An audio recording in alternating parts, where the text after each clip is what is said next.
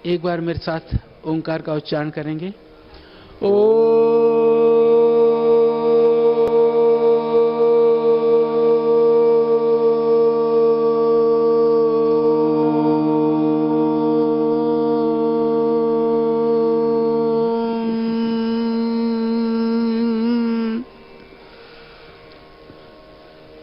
परम श्रद्धेय स्वामी जी,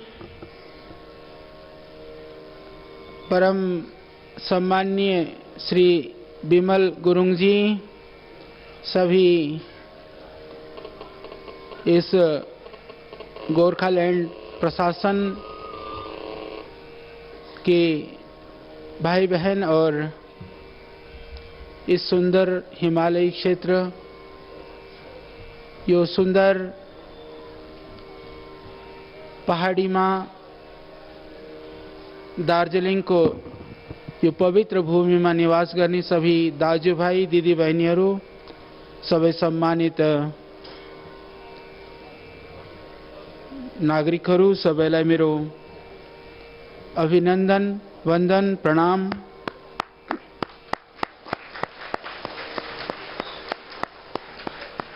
यो योग शिविर हाम्रो स्वाभिमान र भारत स्वाभिमान पतंजलि योगपीठ सबै पतंजलि योगपीठबाट जोडिएका संस्थाहरूको सहयोग र विशेष गरेर यो गोर्खाल्यान्ड टेरिटरी जो यहाँको जो प्रशासन त्यसको सहयोग, त्यसले आयोजन भएको और प्रसन्नताको कुरा यो हो कि तपाईं सबैले इसको आयोजनमा सहभागी भएर अपने स्वास्थ्य के लिए, अपने जीवन को उन्नत बनाने के लिए जो आपने लाभ उठाया, उसके लिए भी आपको बहुत बहुत धन्यवाद है।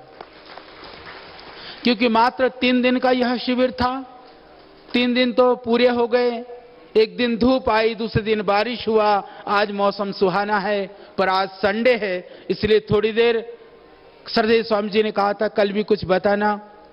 सच मानिए हमारे हृदय में बहुत भाव हैं, बहुत संवेदनाएं हैं, परंतु उन संवेदनाओं को शब्द देने के लिए समय की आवश्यकता होती है। पुनरपि हम थोड़े से समय में कुछ शब्दों से उस बात को कहने का प्रयास करेंगे। यहां पर इस पवित्र भूमि में यह स्वर्ग जैसा, स्वर्ग की जो कल्पना की गई है, स्वर्ग का अर्थ कहीं दूसरा कोई आसमान नहीं है, जहां सुखद वातावरण है, अच्छे लोग हैं, जिनके हृदय में भावना और संवेदना है, जिनके हृदय में दूसरों के दुख को देख करके पीड़ा होती हो, समझ लेना कि वही स्वर्ग है। तो यहाँ के लोगों के हृदय में बहुत भावना है, बहुत संवेदना है। आप सबके लिए कुछ करना चाहते हैं, अपने जीवन में कम संसाधन होते हुए भी राष्ट्र के लिए, देश के लिए कुछ करना चाहते हैं। इस भूमि से बहुत वीर हुए, शहीद हुए, जिन्होंने शहादत दी, जिनके परिवारों में हमको पता है जो महाभारत की रक्षा के लिए गोरखा रेजिमेंट से लेकर के दूसरे जो सैनिक व्यवस्थाओं में, पुलिस प्रशासन में जिन्होंने अपनी आहुतियां प्रदान की, जिन्होंने अपने जीवन को मातृभूमि को अर्पण करने में गर्व समझा, अपने आप को आहूत करके भी अपने मातृभूमि की रक्षा के लिए वो आगे आए, ऐसे वीरों की भूमि यह गोरखालैंड की भूमि, यह दार्जिलिंग की भूमि है। तो आप सौभाग्यशाली हैं कि उस वीरों की भूमि में आप निवास करते हैं और आपको उस वीर परंपरा के, उस गोरखाओं की गौरवशाली परंपराओं में जीने का, रहने का और पैदा होने का आपको मौका मिला। पर पीड़ा होती है जब कई सारी ऐसी बातें, यहां पर बहुत औषधियां हैं, जड़ी बूटियां हैं, यहाँ यति जड़ी बूटी छ, यति दवाई छ, यति औषधियां छ, हामीलाई थाहा छैन, नभएर हामी रोगी छौं। मलाई हिजो यो दिएको, हिजो भन्न सकिन, यो तो सबैले जान्दछ। यहाँ इसको तो सबै पहचानते हो ना, गुर्जो। अच्छा, गुर्जो कितने नहीं जानते, हाथ उठाना। जो जानते हो हाथ उठाउनु। तो ये पाइन्छ यहाँ सबै जगह। तो ये गुर्जो एक देखनामा एउटा एकदम सामान्य औषधि, टेनोस्फोरा कार्डिफोलिया, बॉटनिकल इसको नाम हो, इसलाई गुडुची, गिलोय, अमृता, इसको गुर्च, ये सब हमरो पारंपरिक नाम हो। नेपाली में इसलाई गुर्जो भनिन्छ। तो ये जो गुर्जो हो, मान लो यहाँ पर एक ही एउटै दबाईले यहाँ को जति बिमारीहरू छ अधिकतम बिमारीलाई ठिक गर्न सकिन्छ। जस्तो यसलाई बिहान बिहान यति एउटालाई यति चाहियो, लगभग घरमा चाहिने 3टा सदस्य 4 जना भएमा यति पर्याप्त छ। 4 जनालाई यसलाई थितेर कुटेर यसलाई यसबाट लगभग यसमा आधा किलो पानीमा 3-4 जनालाई 500-600 ग्राम पानीमा यसलाई पकाउने, यसलाई उमालेर लगभग 200 ग्राम जति बचोस् छानेर त्यसलाई छानेर फिल्टर गरेर त्यसलाई पिउने खाने। क्योंकि नेपाली में शायद पिउने शब्द तो जबरदस्ती जोडेको, पानी पनि खानी हो, रोटी पनि खानी हो। त्यो यसलाई बिहान चाहिँ खाली पेटमा यसलाई खानी बानी गर्नु। इसलिए के हुन्छ भन्दा सबभन्दा पहिले तो मैं ये बताउन चाहन्छु, हामीले इबोला भाइरस को माथि, स्वाइन फ्लू को माथि, चिकनगुनिया को माथि और डेंगू को माथि जो भयानक जो वायरल प्रॉब्लम्स हो अहिले पूरे दुनिया भयभीत भइरहेको छ, त्यसलाई हामीले चाहिने अनुसन्धान गरेको एउटा लेटेस्ट रिसर्च सिस्टम हो जसलाई डकिङ सिस्टम भनिन्छ। डकिङ सिस्टम मतलब डकिङ एउटा सर्भर हुन्छ, सर्भरमा हामीले अलग अलग जति पनि जडीबुटीहरू हुन्छ, इन जडीबुटीहरूको एउटा यसको भित्रमा केही तत्व पाइन्छ जो अत्यन्त प्रभाव गर्छ, त्यसलाई एक्टिभ कम्पाउन्ड भनिन्छ। इसको भित्रमा एउटा एक्टिभ कम्पाउन्ड हुन्छ और जति पनि जो भाइरस है, बैक्टीरियल डिजीज हैं या जति पनि बिमारीहरू हुन्छ त्यो भित्रमा पनि कोही न कोही एक प्रोटीन कोड हुन्छ।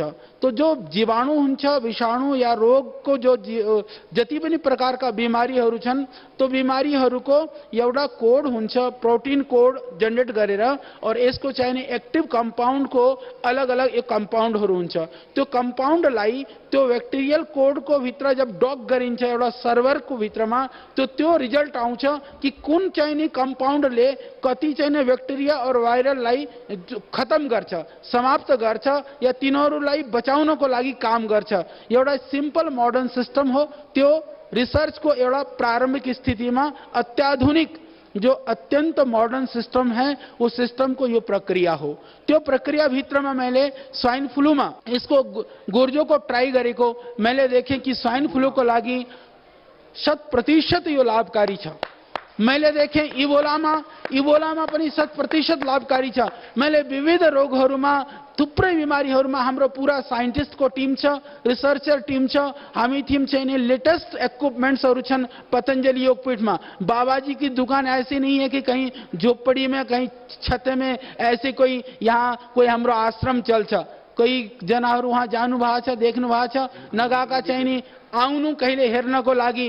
दुनियाँको बेस्ट सबसे राम्रो सबभन्दा ठुलो सबभन्दा पहिलो फूड प्रोसेसिंग यूनिट वहाँ पतंजलि योगपीठ में छ।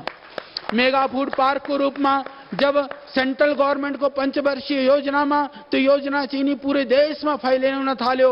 देश में फैलाउँदाखेरिमा, देश में आह्वान गर्दाखेरिमा, सरकारले प्रयास गर्दाखेरिमा हामीलाई यो भन्दाखेरि सौभाग्य छ कि सर्वप्रथम पतंजलि योगपीठले मेगा फूड पार्क स्कीम को तहत Patanjali food and herbal park को स्थापना गर्यो, जहाँ हजारों जनाहरू काम गर्छन्, उनीहरूले रोजगार पाएका छन्। बैकवर्ड लिंकेज को माध्यमले हामीले पूरा गाउँ खेत खलिहानबाट लिएर जो पहाडमा जंगलबाट लिएर पूरा देशको जडीबुटीहरू दार्जिलिङ र सिक्किम र नेपालबाट लिएर सबै बंगालबाट लिएर आसामसम्मको जडीबुटी वहाँ फूड पार्कमा जान्छ। वहाँ प्रोसेस भएर वहाँ जडीबुटी बनेर यहाँ आउँछ। पूरा देशको व्यक्तिहरूलाई हामीले त्यो जडीबुटी उपलब्ध गराउँदैछौँ। हाम्रो काम तो मात्र यति नै हो कि हामी सिर्फ एउटा निमित्त बनेर भगवानलाई साक्षी मानेर ती सबै विधाहरूलाई, सबै प्रक्रियालाई प्रोसेस गरेर जनताको चीजलाई जनतासम्म पुर्याउने काम मात्र हामीले गरेका छौं। जहिले रॉ मटेरियल को यदि मूल्य पाइन्छ भने हिजो हामी तल गएको थियौँ जोगी घाटमा भूमि पूजन भएको। मैले विमलजी भन्दै हुनुहुन्थ्यो डाँडाको पर्लो पारी वहाँ पर थुप्रै सुन्तला हुन्छ, थुप्रै वहाँ पर जडीबुटीहरू हुन्छ, थुप्रै खेती हुन्छ। वहाँ चाहिँ नि गाईहरू पनि थुप्रै पाल्छन्। न दुधको कोही व्यवस्था छ, न कहीँ सुन्तला बिक्ने व्यवस्था छ, न जडीबुटी बिक्ने व्यवस्था छ, न कहीँ केही त्यहाँ जो खेतीबाडी हुन्छ तिनीहरूले चाहिँ नि त्यो खेतीबाडीको मूल्य ठिक पाउँछन्। धेरै ठुलो समस्या छ। समस्यामा तपाईहरुको समस्यालाई हामीले सम्झिन्छौं। त्यही पीडा त्यही दर्द थियो। त्यो चाहिँ नि उत्तराखण्डमा पनि त्यस्तै थियो। पूरा देशको स्थिति नै यस्तो छ। पूरा देशमा मुस्किलले जति पनि जो एग्रीकल्चर प्रोडक्ट हो त्यसको 4% मात्रै प्रोसेस हुन्छ। बाकी चाहिँ नि 96% बिना प्रोसेसको त्यो चाहिँ या तो खराब हुन्छ या तो किसानले आफ्नो एकदम कम दाममा आउने पाउने दाममा त्यसलाई चाहिँ बेच्न पर्छ। त्यसले चाहिँ आफ्नो मजबुरी हो। किन कोही पनि सामान कोही पनि खेतको चीज धेरै दिन रुक्न सकिँदैन। चाहे वो साग सब्जीहरू होस् चाहे तो फलहरू होस् त्यसलाई या तो प्रोसेस गर्न पर्छ या तो चाहिँ तुरन्त बजारमा बेच्न पर्छ। तो ठूलो समस्या यो दुनियाँमा सबसे बड़ी समस्याको रूपमा भारतमा भयानक स्थिति छ। त्यसको त्यो स्थितिलाई दूर गर्नको काम सबभन्दा पहिले श्रद्धेय स्वामीजीले सुरु गर्नुभयो और त्यसको उदाहरण पतंजलि योगपीठ हो। जब सरकारसित हामीले चाहिँ फाइटिङ गरेका थियौं, केन्द्रीय सरकारबाट हामीले चाहिँ पूरा भारत व्यवस्था परिवर्तनको लागि भ्रष्टाचार, काला धन और इन सब मुद्दाहरूलाई लिएर जब हामीले आन्दोलन गरेका थियौं त्यतिखेर पनि पूरा राजनीतिक दलहरूले जोडेका जो व्यक्तिहरू सबैले हामीलाई सबतिरबाट परेशान गर्न थालेका थिए। त्यतिखेर पनि विदेशी मान्छेहरू आउँथे, बाहरका सेक्रेटरीहरू या मिनिस्टर्सहरू आउँथे भने फूड प्रोसेसिंग के लिए हिंदुस्तान में कहां कहीं कुछ हो रहा है तो मात्र वो लेकर के फूड पार्क में लिएर आउँथे तिनीहरूलाई। यानी हामीले जब पूरा फाइटिङ में पनि थियौं, भारतवर्षमा कहीं फूड प्रोसेसिंग को लागि देखाउनको लागि कोई यूनिट थिएन। त्यतिखेर पनि मात्र पतंजलि योगपीठबाट सञ्चालित जो हाम्रो Patanjali food and herbal park नै एउटा उदाहरण थियो। और आज पनि 60 भन्दा धेरै फूड पार्कहरू सरकारले पूरे देशमा अलग अलग भागमा दिइरहेको छ। परन्तु उदाहरणको रूपमा मात्र त्यो पतंजलि फूड पार्क नै एउटा हो जो विश्व स्तरको छ, जो बहुत ठूलो छ। और आज त्यसमा रिसर्च भइरहेको छ कि बाबाले कसरी त्यस्तो ठूलो फूड पार्कलाई, फूड प्रोसेसिंग युनिटलाई, त्यत्रो ठूलो हर्बल कस्मेटिकलाई, आयुर्वेदिक सिस्टमलाई चलाइरहनु भएको छ। तपाईहरुको जानकारीको लागि 15,000 भन्दा धेरै जना त्यहाँ डाइरेक्ट एम्प्लोइ को रूपमा काम गरिरहेका छन् भने लाखौं परिवार त्यसबाट इन्डाइरेक्ट बेनिफिट पाइरहेका छन्। जहिले किसानले आफ्नो उचित मूल्य पाउँछ, जहिले किसानले उब्जाको जो पनि सामान हो त्यसको सही मूल्य पाउँछ भने किसानको जीवन आफै ठूलो, किसानको जीवन उन्नत हुन सक्छ। किसानको जीवन उन्नत भएपछि देश समृद्धशाली हुन सक्छ। गरिबी र अभाव र बेरोजगारी आफै समाप्त हुन सक्छ।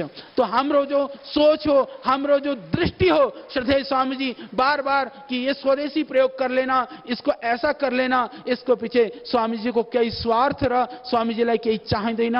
स्वामीजीले आफ्नो चाहतको लागि त्यो गरेको हैन, त्यो देशको हितको लागि, देशको व्यक्तिहरूको लागि, देशको जनमानसको लागि और तपाईहरु सबैको लागि और तपाईहरुको बाबु बच्चाहरु पनि स्वस्थ र निरोग रहून् त्यसको लागि यो अभियान र आन्दोलन सुरु गरेको हो।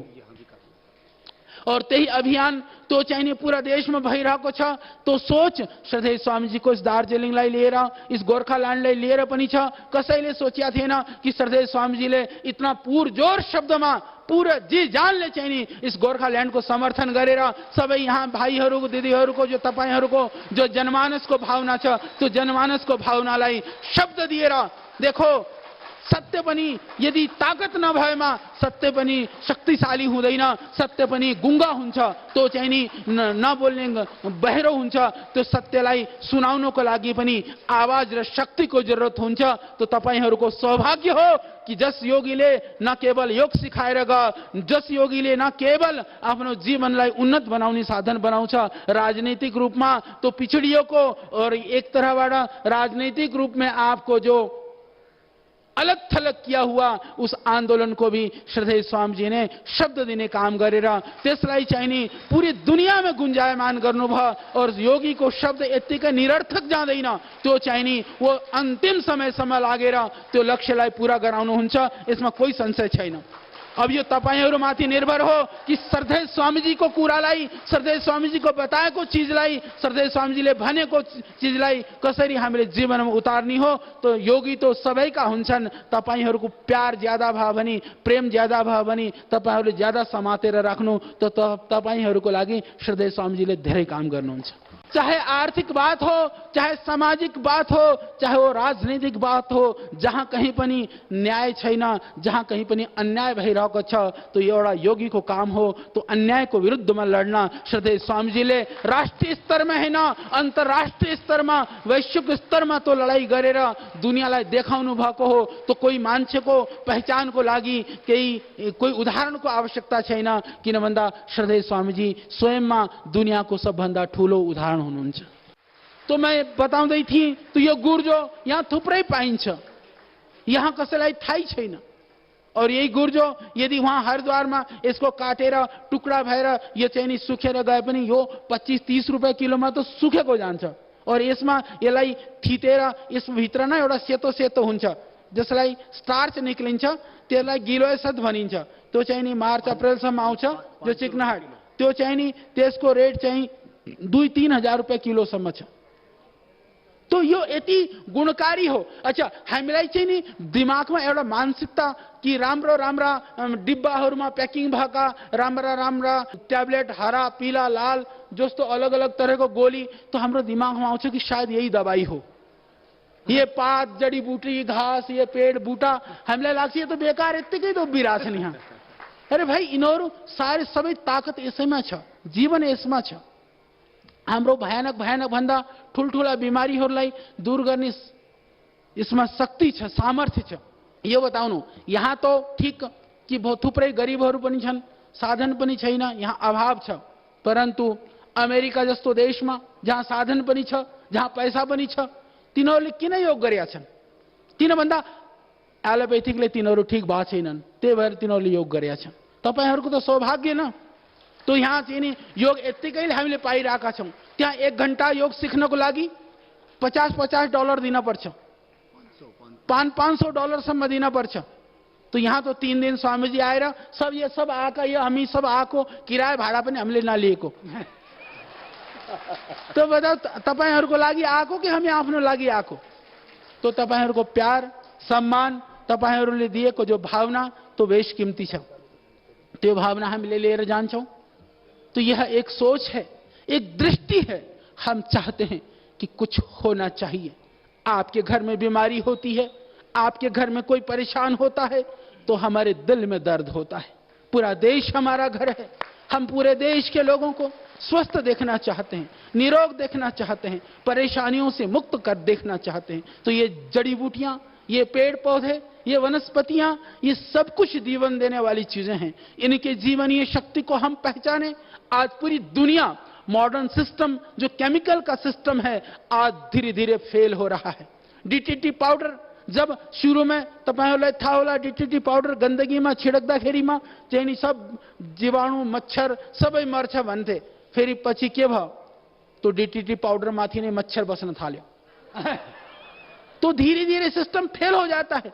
परंतु यदि यो गिलोयले आज भन्दा हजारों साल पहले यो गुर्जोले काम गर्थ्यो, यदि यसले बुखार ज्वरो ठीक हुन्थ्यो भने त्यो आज पनि त्यति नै ठीक हुन्छ।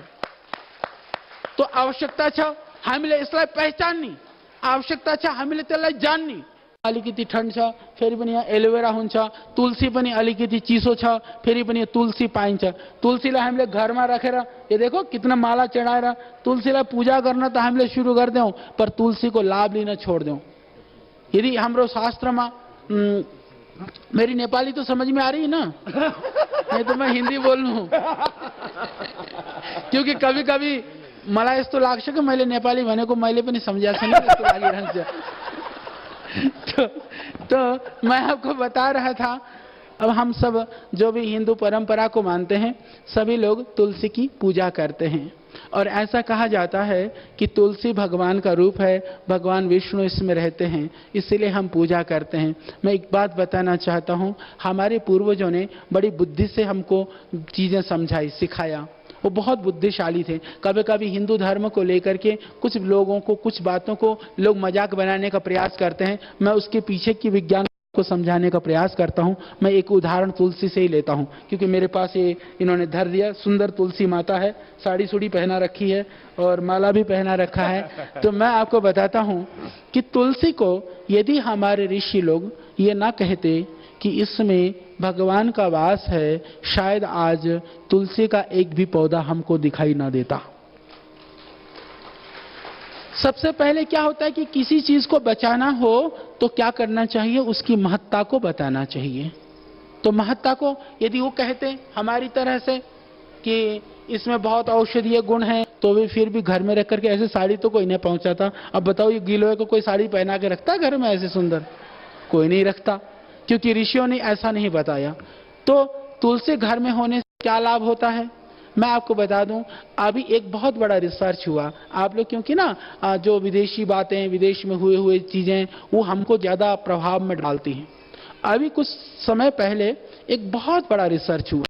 उस रिसर्च होने में ये पाया गया कि पौधे यदि घर के नजदीक होते हैं तो स्ट्रेस लेवल को कम करते हैं। सामान्य पौधे भी यदि घर के नजदीक होते हैं तो वह स्ट्रेस लेवल को कम करते हैं। विविध तरह के जो स्ट्रेस जनित बीमारियां हैं, उन बीमारियों से बचा जा सकता है, ये रिसर्च हुआ। और इसमें तो आप कहेंगे कि फिर कोई भी पौधा रखो। फिर दूसरा रिसर्च हुआ, यदि घर के नजदीक ऐसा पौधा रखा जाए, क्योंकि जनरली प्लांट्स दिन में ऑक्सीजन छोड़ते हैं, रात को कार्बन डाइऑक्साइड छोड़ते हैं। तुलसी 24 घंटा ऑक्सीजन छोड़ता है। तो ऐसा पौधा रखा जाए जो 24 घंटा ऑक्सीजन छोड़ता है, तो बहुत सारी बीमारियां और रोगों से बचा जा सकता है। तो हमारे ऋषियों को पता था कि तुलसी ऐसा पौधा है जो 24 घंटा ऑक्सीजन छोड़ता है। ये आज से हजारों साल पहले हमारे ऋषियों को पता था। इसीलिए ऋषियों ने कहा कि तुलसी के पौधे को घर में रखो, क्योंकि तुलसी घर में रखने से वह तुम्हारा भला करेगा। तो हमने ये सोचा भला कर देगा, तो रखने वाला भला तो हमने उठा लिया, उसका लाभ तो हमको मिल गया। और दूसरी बात, आजकल एक और भी चल रहा है। बहुत सारे लोग हैं जो वास्तु के नाम पर कि तुम्हारा वास्तु खराब हो रहा है, कोई दरवाजा तोड़ने में लगा रहता है, तो कुछ घर फोड़ने में लगा रहता है, कहीं और कोई कुछ करता रहता है, और घर में झगड़े झुगड़े भी होते रहते हैं। तो फिर कि वास्तु दोष को ठीक करने के लिए मैं कहता हूं कि आपको घर को तोड़ने फोड़ने की जरूरत नहीं है। अपने घर के आसपास खूब तुलसी लगा दो, उसी से तुम्हारा वास्तु ठीक हो जाएगा। बहुत तरह के आपके घर के आसपास में बैक्टीरिया हैं, वायरल है, दूसरी बीमारियां हैं। यदि उन बीमारियों से बचना चाहते हैं, तुलसी का पौधा घर में रख दीजिए, उससे ही आप जो है बहुत सारी बीमारियों से बच जाएंगे। ये तो रखने का लाभ है। और इस तुलसी के पत्तों को यदि आप 5-7 पत्तियां यदि सुबह प्रतिदिन, देखो एक चीज और सुनो, लोग कहते हैं तुलसी को चबा करके खाने से पाप लगता है, ऐसे बोलते हैं ना। तुलसी को आप गोली सी बना करके आप निगल लेना, ये इसके पीछे का विज्ञान है। और इसके अतिरिक्त तुलसी, चाहे आज कैंसर की प्रॉब्लम हो, चाहे वो किसी भी तरह के सर्दी जुकाम कफ एलर्जी बुखार, चाहे शरीर में दर्द हो पीड़ा हो, सभी चीज के लिए अत्यंत लाभकारी है। हम लोगों ने, क्योंकि कई जगह पर तुलसी नहीं मिलती है, तो हम लोगों ने तुलसी घनबटी कर करके तुलसी घनबटी बना दी, और इसकी भी घनबटी बना दी, गिलोय के भी। तो यह एक्सट्रैक्ट की गोलियां हैं। तो आप तुलसी घनबटी और गिलोय घनबटी लेकर के खा करके भी उस लाभ को पा सकते हैं। तो यह जो सोच है ऋषियों की, हमारे ऋषि लोग बहुत वैज्ञानिक थे, हमारे परंपराएं बहुत वैज्ञानिक थी। तो इन परंपराओं को, क्योंकि अब घर में तुलसी रखते हैं, तो कई लोग भोजन में भी उसको शुद्ध करने के लिए तुलसी की पत्ती को डालते हैं, पानी में या खाने में, भोजन में। मैं आपको बताना चाहता हूं कि भगवान का प्रसाद बन जाता है, ऐसा कहते हैं। भोजन भगवान का प्रसाद तुलसी डालने से इसलिए बन जाता है क्योंकि एक तुलसी का पौधा पूरे 1 गिलास पानी के अंदर, जो उसके अंदर बैक्टीरिया और वायरस हैं, जो उसके अंदर जो टॉक्सिन्स, जो विजातीय तत्व हैं, उसको खत्म करने में सक्षम है। इसीलिए उसको डालने की परंपरा थी। तो हम अपनी परंपराओं के वैज्ञानिकता को समझें, ये जरूरी है। लोग कई बार हमारी परंपराओं का उपहास उड़ाने का प्रयास करते हैं। ये उपहास की चीज नहीं है, इसके वैज्ञानिकता को हम जानें। सिर्फ परंपराओं के नाम पर हम इन चीजों को ना करें। हमारी परंपराओं में, हमारी संस्कृति में कई तरह की विकृतियां भी काल के अंतर में पैदा हुई हैं। तो उन विकृतियों को देख करके हमको यह नहीं कि हम धर्म छोड़ करके भाग जाएं। वो विकृतियां हैं तो उनको दूर करने के लिए उपाय करें। जैसे छुआछूत की विकृति है, भाई इंसान ने इंसान को छू दिया तो यह कोई अपवित्र कार्य नहीं है, यह कोई हे और हीन दृष्टि की बात नहीं है। तो समाज के अंदर ऊंची जाति, छोटी जाति, छुआछूत, ये परंपराएं नेपाली गोरखाली समाज में आज भी काफी हैं, मुझे पता है। और कल मैं बात कर रहा था एक बहन से, अपने काफी एक्टिव कार्य करता है। तो ये जो छुआछूत की भावना है, ये हीन की भावना है, ये बहुत प्राचीन हमारी हिंदू संस्कृति की मूल भावना नहीं है। आप इसको समझिए। हमारे यहाँ कोई छुआछूत के लिए जगह नहीं है, कहीं उच्च नीच के लिए जगह नहीं है। कार्य के हिसाब से जिसकी जितनी बुद्धि थी, जिसका जितना सामर्थ्य था, तो वर्ण में बांट करके वो कार्य की दृष्टि से बांटा गया था। और शास्त्रों में तो ऐसा लिखा है, जो शास्त्र की बात करते हैं, जो हिंदू धर्म की बात कर करके लोग जो है लोगों को बरगलाने का प्रयास करते हैं, उनके लिए मैं एक संदेश देना चाहता हूं। जन्मना जायते शूद्र कर्मणा द्विज उच्यते, यह संस्कारा द्विज उच्यते, ये शास्त्रों में लिखी हुई बात है कि पैदाइशी तो सब शूद्र पैदा होते हैं, सब एक से पैदा होते हैं। मां के पेट में कोई कपड़ा पहन करके नहीं आता है, पेट से बाहर फिर बड़े और छोटे, ऊंचे और नीचे तो अपने कर्मों से होते हैं, अपने संस्कारों से होते हैं, अपने विचारों से होते हैं। तो अपने कर्मों के द्वारा हम ऊंचे और नीचे बनते हैं। तो इस बात को हमको पूरे समाज में भी, जो समाज की विषमताएं हैं, उन विषमताओं को भी दूर करना है और इन विषमताओं के लिए लड़ना है। ये ध्यान रख लेना, जहां जहीं इस तरह की विकृतियां हैं, वहां आप खड़े हो जाओ, छोड़ करके धर्म छोड़ करके मत भागो। धर्म तो बहुत दिव्य है। यदि किसी ने कह दिया कि जो है धर्म के नाम पर कोई अधर्म की बात करता है, तो हमें धर्म के स्वरूप को समझने का प्रयास करना चाहिए कि कहीं छोड़ करके हमको प्लायनवादी नहीं बनना चाहिए। धर्म के रहस्य को समझिए। इसके अलावा दूसरी बात, आपकी हक की बात। कई लोगों ने कहा, कल मैंने सुना, मेरे को थोड़ा सा पीड़ा भी हुई। ठीक है, ये सारा ही एरिया पिछड़ा हुआ एरिया है, पिछड़ों में तो सबको आना चाहिए। तो बोले पिछड़ों में तो सबको लिया नहीं, पिछड़ों में एक दो जातियों को ले लिया, चलो वो भी अच्छी बात है, कम से कम थोड़े को ले लिया। पर मैं कहता हूं कि सारे को लेना चाहिए। पर कुछ लोग ऐसा कहते हैं, बोले जी हम इसलिए जा रहे हैं क्योंकि बोले हम पिछड़ों में तो हमारी गणना आती नहीं है, पर बोले धर्म बदल देंगे तो हम अल्पसंख्यक में आ जाएंगे, तो बोले हमको उसका लाभ मिल जाता है। एक बात बताइए, हम ये सोच करके कि मेरे माँ बाप जो है थोड़े अच्छे नहीं है, क्या माँ बाप भी बदल देंगे क्या? नहीं। ये छोटी छोटी जिन हजारों वर्षों से हमारे पूर्वजों ने जिस परंपरा को जिया है, जिस परंपरा में वो रहते रहे हैं, उसके अंदर कोई कमी और खामी नहीं है। जब उनके जीवन निर्वहन के लिए साधन कभी कम नहीं हुए, तो मैं कहता हूं कि सोशल जस्टिस आपको नहीं मिल रहा है तो हम साथ में मिलकर के लड़ाई करें, यह तो अच्छी बात है। धर्म छोड़ करके भागें, इससे बुरी बात और कुछ नहीं हो सकती।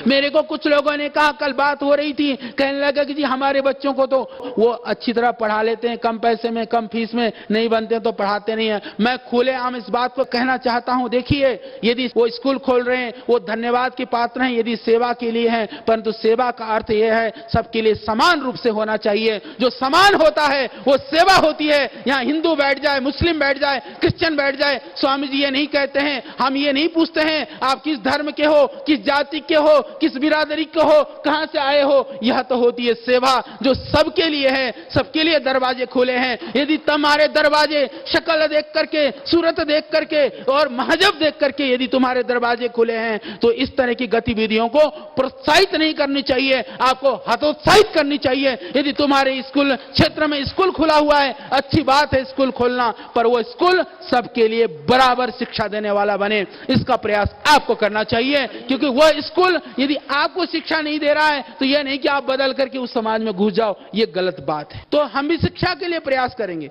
अच्छा बनाएंगे, पर मैं इतना ही बात कहना चाहता हूं। और धर्म में भी किसी को हिंदू रहना है, मुस्लिम रहना है, क्रिश्चियन रहना है, पहले धर्म के रहस्य को समझ करके, उसके विज्ञान को समझ करके आपको रुचि बनती है तो हम विरोध नहीं करेंगे, परंतु भय से, लालच से और कच्ची कच्ची जो छोटी छोटी चीजों से यदि आप विचलित होते हैं तो वह गलत है। आप सारी चीज को देखो, ये कोई बुद्धिमत्ता नहीं है कि आपनो आमालाई छोडेर सानी आमालाई आमा भन्ने मान्छेलाई कसैले राम्रो मान्दैन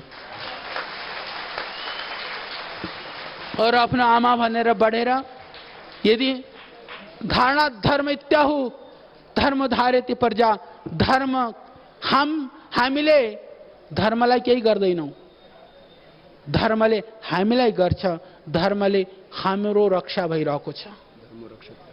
धर्मो रक्षति रक्षितः, धर्मले हामी रक्षित छौं। यदि हामी रक्षा पाइरहेका छौं, हाम्रो ओजले धर्मले रक्षा पाएको छैन, यो ध्यान राख्नु। त्यही भएर त्यसलाई कहिल्यै त्यो सानो सानो कुरालाई लिएर मैले भने नि, यदि त्यसको वैज्ञानिकतालाई जानेर तपाईहरुलाई राम्रो लाग्छ भने त कुरा त ठीक छ। त्यस्ता व्यक्तिहरू कति छन् अनपढ, गाउँमा इन्टिरियरमा, जसलाई केही थाहै छैन, उनीहरू गइरहेका छन्। तो भयले हिन्दू भी मत बनो, लालच से हिंदू भी मत बनो, तो लालच से कोई धर्म मत छोड़ो ना अपनाओ।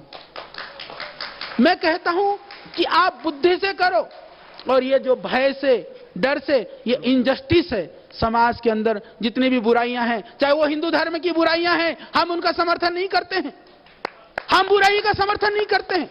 जैसे हमने कहा, जाति के नाम पर, समुदाय के नाम पर या ऊंची नीचे के नाम पर जो विकृतियां हैं, जो उच्च नीच की भावनाएं हैं, हम उसको समर्थन नहीं देते हैं। पूजा पाठ के नाम पर, पूजा पाठ के नाम पर, मंदिरों के नाम पर, ये घुसेगा, ये जाएगा, सबके लिए सभी चीज हैं। मैं तो एक ही बात जानता हूं, हमने एक ही चीज पढ़ा है कि देखो, जो परमात्मा है वो यदि हमारा त्वमेव माता च पिता त्वमेव बंधुश्च सखा त्वमेव, यदि वो हमारा माई बाप है, वो हमारा बंधु है, वह सखा है, सब कुछ है, तो हम सब उनके पुत्र और पुत्रियां हैं। माँ बाप की संपत्ति पर सबका समान अधिकार और समान हक होता है। इसी तरह से हम सबका समान अधिकार परमात्मा के प्रति है, धर्म के प्रति है। सब कुछ जो दुनिया में है, उनका सारा अधिकार हमको समान रूप से मिला हुआ है। तो आप सब लोग, क्योंकि देखो, टुकड़ों में बटोगे तो जो आपकी जो लड़ाई है, जो आंदोलन है, वो कमजोर पड़ेगा।